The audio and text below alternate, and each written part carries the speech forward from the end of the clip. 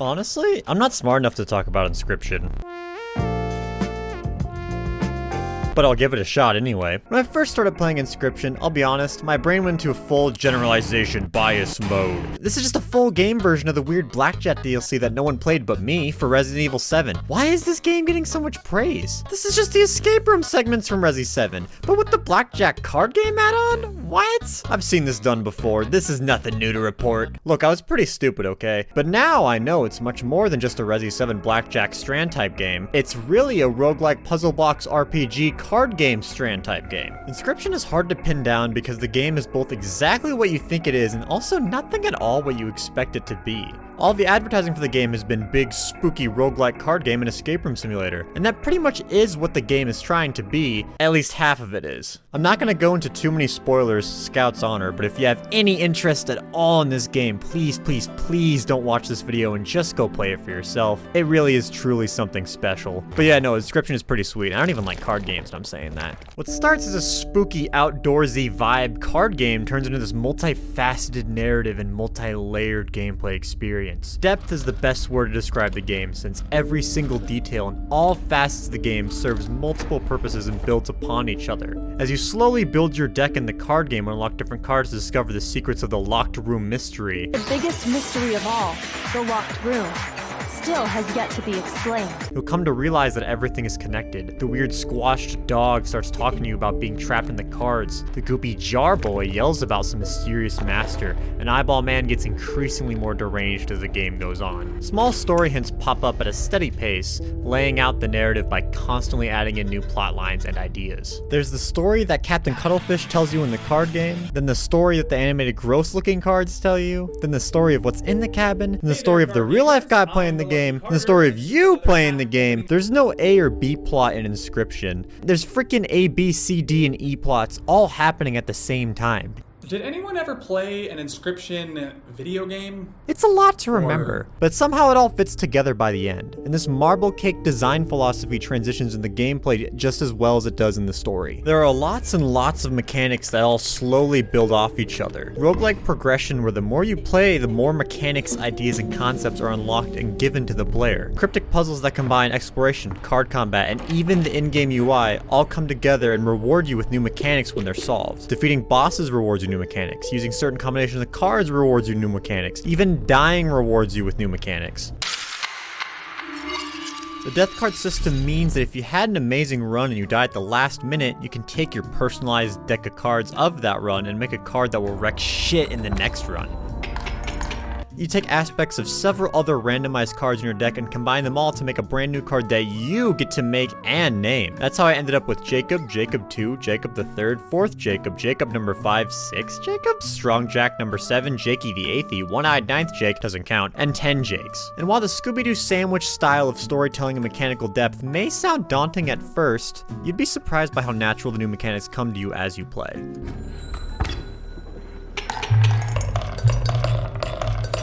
In a very Nintendo-ian philosophy, the game is constantly throwing in ideas at you just as often as it's reiterating on those same ideas. By the time you got the idea of sigils figured out, it throws in new ones to play with and learn. When you think you have the card game figured out, it throws in new items, new cards, and new board challenges to overcome. One puzzle solved in the cabin leads to a brand new way to play the game. It feels as if every run has a minimum of at least a couple of new ideas thrown in. Much like Nintendo does with Mario titles, bringing in new ideas constantly, and the second the new idea runs the slight chance of overstaying its welcome, it's replaced with another brand new idea. It's truly the Super Mario 3D world of Blackjack Strand type games. Or that mini game from New Super Mario Bros. DS. You know the one. And the best part is that halfway through the game gets a big spoiler time. Big expansion that dumps a whole game's worth of mechanics onto you to figure out. Then once you figure them out, it turns into a completely new game again, which feels more like a sequel than it does part of the actual game. I'm not kidding when I say the second half of Inscryption legitimately feels like a brand new game.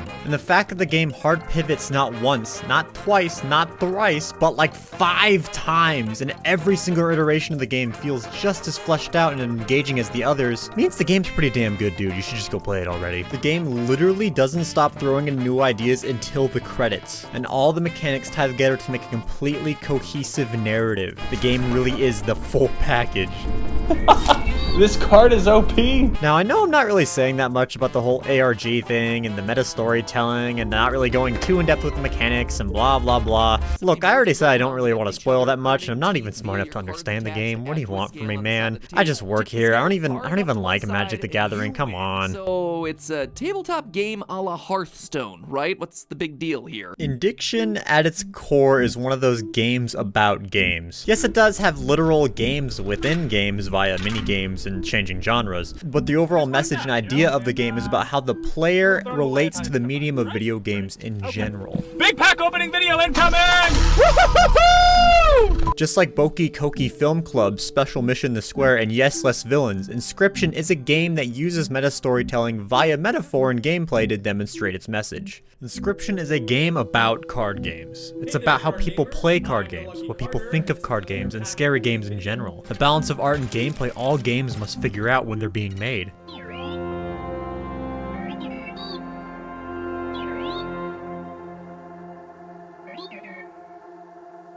And how it feels to be a part of a world somebody else has created. The strange man telling you what's happening and what to imagine in the card game is similar to how dungeon masters in card games tell the players what to imagine in real life. It's gamified roleplay storytelling. Just as you're playing the game trying to unravel the game's mysteries, the master carder is doing the same. Everything that's happening in Inscryption is happening to the player playing the game as well. What is this?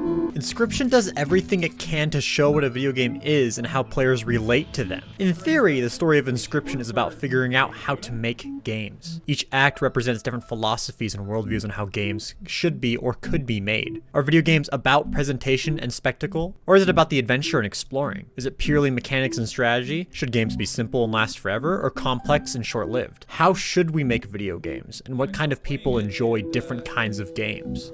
It's weird, guys.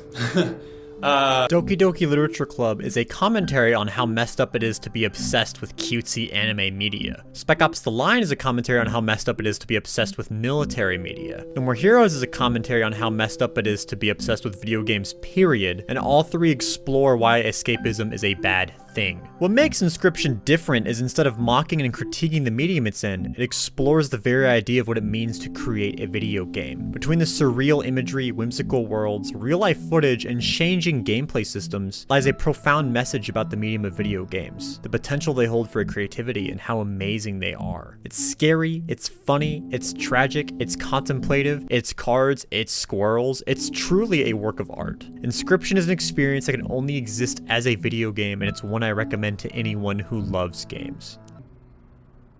That's it. That's the video today, guys.